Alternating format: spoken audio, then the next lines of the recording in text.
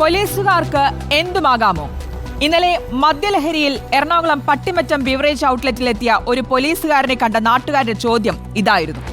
Kalamassery AR ക്യാമ്പിലെ driver Gopi മദ്യക്കുപ്പിയെടുത്ത് പണം നൽകാതെ കടന്നുകളയാൻ നോക്കി.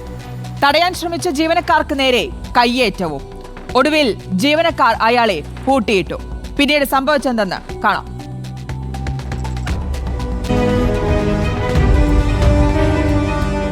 പട്ടിമറ്റം ബീവറേജസ് ഔട്ട്ലെറ്റിൽ ഇന്നലെ ഉച്ചയ്ക്ക് ശേഷമായിരുന്നു അതിക്രമം. പണം നൽകാതെ മദ്യക്കുപ്പിയുമായി കടന്നുകളയാനുള്ള ഗോപിയുടെ ശ്രമം തടഞ്ഞതാണ് അതിക്രമത്തിന് കാരണം. ബീവറേജിന്റെ വാതിലടച്ചു തടയാൻ ശ്രമിച്ച ജീവനക്കാരിയെ തള്ളി മാറ്റിയ ശേഷം ഗോപി ഓടി. വാതിൽ തകർത്താണ് ഇയാൾ രക്ഷപ്പെടാൻ ശ്രമിച്ചത്.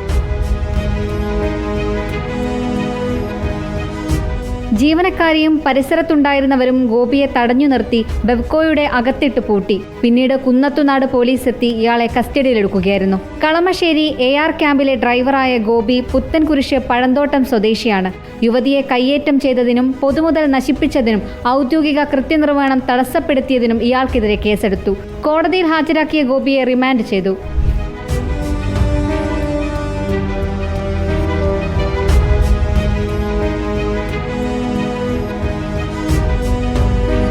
റിപ്പോർട്ടർ, കൊച്ചി.